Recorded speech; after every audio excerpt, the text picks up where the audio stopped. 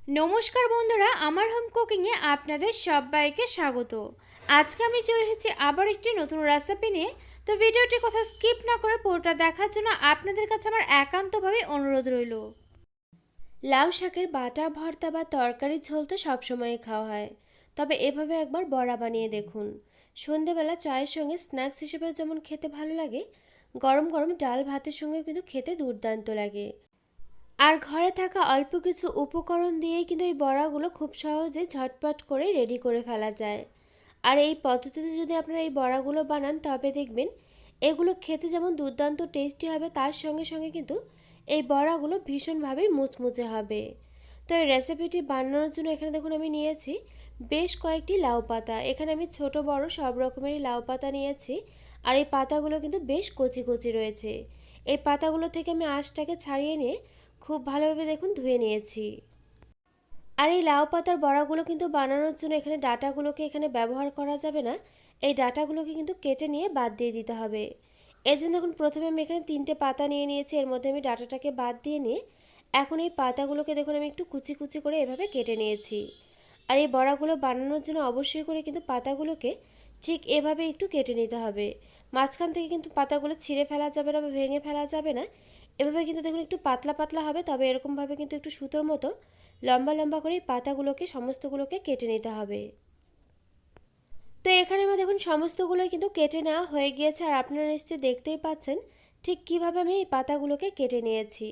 এরপর আমি এখানে কয়েকটি উপকরণ একটু মিক্সিং জারতে পেস্ট করে নেব। এর জন্য দেখুন এর মধ্যে আমি দিয়ে দিলাম প্রথমে 6-7 কোয়া রসুন। এরপর আমি দেখুন হাফ ইঞ্চির মতো আদা একটু ছোট ছোট টুকরো করে কেটে রেখেছিলাম, সেগুলোকে কিন্তু এর মধ্যে দিয়ে দিলাম। এরপর আমি মেন উপকরণটা এর মধ্যে দিয়ে দিচ্ছি। এখানে দেখুন আমি ছোট 1 বাটি ডাল এর মধ্যে দিয়ে দিলাম। এই ডালটাকে কিন্তু আমি খুব ভালোভাবে ধুয়ে নিয়ে 2 ঘন্টা আগে ভিজিয়ে রেখেছিলাম, সেটাকে কিন্তু এর মধ্যে দিয়ে দিলাম। আর এই মুসুর ডালটা দিয়ে কিন্তু বড়াগুলোকে তৈরি করলে এখানে বড়াগুলো ভীষণই টেস্টি হবে। তো এখানে আমার দেখুন ডালটাকে খুব ভালোভাবে কিন্তু বেটে নেওয়া হয়ে গিয়েছে। আর এই কয়েকটি উপকরণ দিয়ে কিন্তু ডালটাকে এখানে বেটে নিতে হবে। এরপর দেখুন এখানে আমি একটি বোল নিয়ে নিয়েছি। বোলের মধ্যে এর মধ্যে আমি দিয়ে দিচ্ছি এখানে বেটে রাখা ডাল। এরপর আমি এর মধ্যে দিয়ে দিচ্ছি এখানে হাফ চামচের একটু কম পরিমাণ করে হলুদ গুঁড়ো। একই সঙ্গে এর মধ্যে অ্যাড করে দিচ্ছি এখানে হাফ চামচের একটু কম পরিমাণ করে লঙ্কা গুঁড়ো। একই সঙ্গে দিয়ে দিচ্ছি এখানে হাফ চামচের একটু কম পরিমাণ করে জিরে গুঁড়ো। এরপর দিয়ে দিচ্ছি এখানে বেশ কয়েকটা কাঁচা লঙ্কা আমি কুচি করে রেখেছিলাম সেগুলোকে। আর এখানে কিন্তু আপনারা চাইলে লঙ্কা গুঁড়োটা বাদ দিয়ে শুধুমাত্র কাঁচা লঙ্কা কুচি দিয়েও কিন্তু এখানে বড়াগুলো তৈরি করে নিতে পারেন।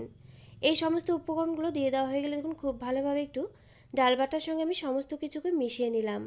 মিশিয়ে নেওয়া হয়ে গেলে এরপর আমি এর মধ্যে দিয়ে দিচ্ছি এখানে দুটো মিডিয়াম সাইজের পেঁয়াজ আমি কুচি করে রেখেছিলাম সেগুলোকে। পেঁয়াজ কুচির সঙ্গে এখন এই ডালের সঙ্গে আমি সমস্ত কিছুকে আবার একটু দেখুন খুব ভালোভাবে একটু মেখে নিলাম। এগুলো মেখে নেওয়া হয়ে গেলে এরপর আমি এর মধ্যে অ্যাড করে দিচ্ছি এখানে কেটে রাখা লাউ শাকগুলোকে।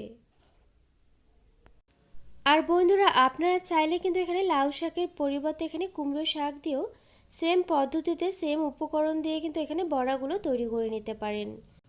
তো এখানে আমার লাউ শাকগুলো দিয়ে দেওয়া হয়ে গেলে এরপর আমি এর মধ্যে অ্যাড করে দিচ্ছি এখানে একটি বড় চামচ ভেবে 1.5 চা চামচ পরিমাণ বেসন।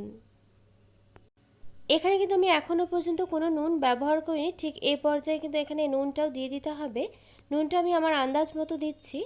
আর আগে যদি আমি নুনটা দিতাম তবে কিন্তু ডালটা থেকে অনেকটাই জল কেটে যেত, তাতে করে কিন্তু এখানে বড়াগুলো প্রথমেই নরম হয়ে যেত। তো এখন দেখুন বেসনের সঙ্গে এই পাতাগুলোকে আবার একটু আমি খুব ভালোভাবে মেখে নিচ্ছি। এর মধ্যে কিন্তু আমি আরও একটি উপকরণ এখানে অ্যাড করব। এটাকে আমি প্রথমে বেসন দিয়ে একটু মেখে নিই সমস্ত কিছুর সঙ্গে, তারপর আমি সেই উপকরণটাকেও এখানে অ্যাড করব।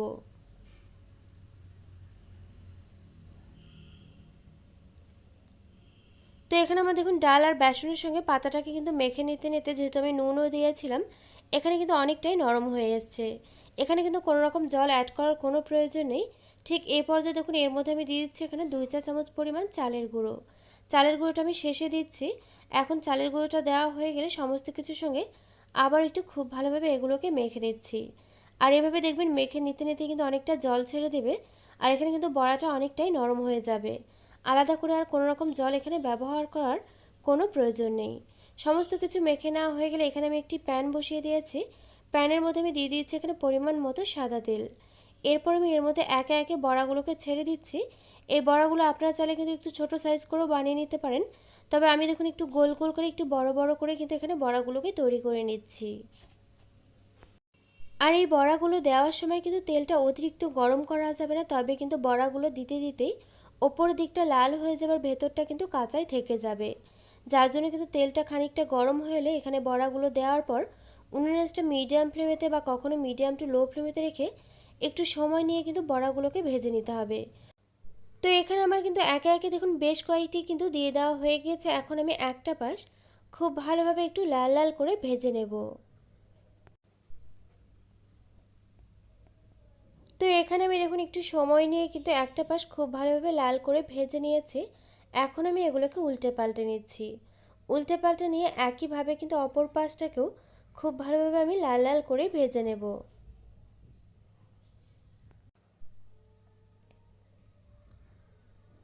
এখানে আমার অপর পাশটাও কিন্তু খুব ভালোভাবে দেখুন ভেজে নেওয়া হয়ে গিয়েছে। এখন আমি এগুলোকে তেল থেকে তুলে রাখছি। আর আপনারা নিশ্চয়ই বড়াগুলো দেখেই বুঝতে পারছেন এগুলো খেতে ঠিক কতটা টেস্টি হতে পারে, কতটা মুচমুচে হয়েছে। আর বাকি ব্যাচের বড়াগুলো কিন্তু একইভাবে আমি ভেজে নেব। আর এই বড়াগুলো খেতে কতটা টেস্টি হয়েছে এটা জানার জন্য আপনিও কিন্তু একবার ঝটপট করে বাড়িতে ট্রাই করে ফেলুন। তো আমার এই রেসিপিটি আপনাদের কাছে কেমন লাগলো অবশ্যই একটি লাইক দিয়ে কমেন্ট করে জানাতে কিন্তু ভুলবেন না, কারণ আপনাদের একটি লাইক একটি কমেন্ট কিন্তু আমাকে এরকম নতুন নতুন ভিডিও বানাতে আরও অনেক বেশি উৎসাহিত করবে। পাশে থাকা বেল আইকন অবশ্যই প্রেস করে দেবেন, এতে করে আমার নিত্য নতুন ভিডিওর আপডেট আপনাদের কাছে পৌঁছে যাবে সবার আগে। তো আজকের মতো ভিডিওটা এ পর্যন্ত, আবারও পরে দেখা হচ্ছে অন্য কোনো নতুন ভিডিওর সঙ্গে। আর আমার এই ভিডিওটি শেষ পর্যন্ত দেখার জন্য আপনাকে জানাই অসংখ্য ধন্যবাদ।